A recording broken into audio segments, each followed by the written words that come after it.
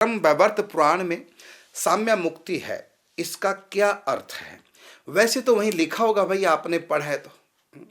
बाकी शाब्दिक अर्थ तो मैं बता सकता हूं क्या है कि ब्रह्म वैवर्त, क्यों कई बार शब्द अपने आसपास के शब्दों को लेकर के अपना अर्थ बदल देते हैं, है ना, होता ही बात।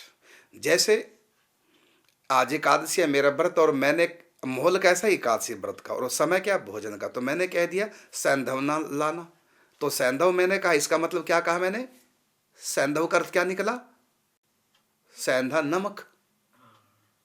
सैंधा का मतलब सैंधा नमक मंगाया।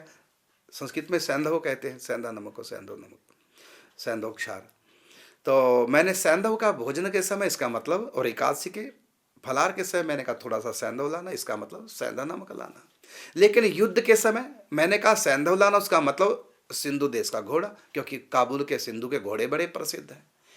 हाँ, तो युद्ध के समय कोई सैनिक कह रहा है सैंधव लाना, तो इसका मतलब उसका सैंधव का तो घोड़ा है।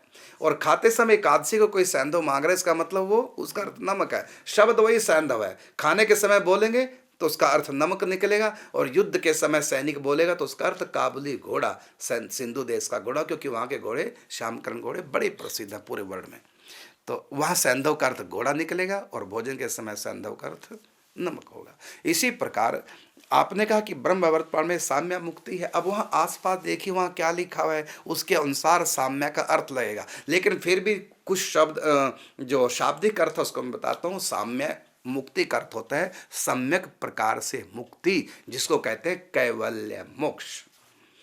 वैकुंठ में है मुक्ति, सारूप्य मुक्ति, सायुज्य मुक्ति, सराष्ट्रीय मुक्ति, ये सब मुक्ति है।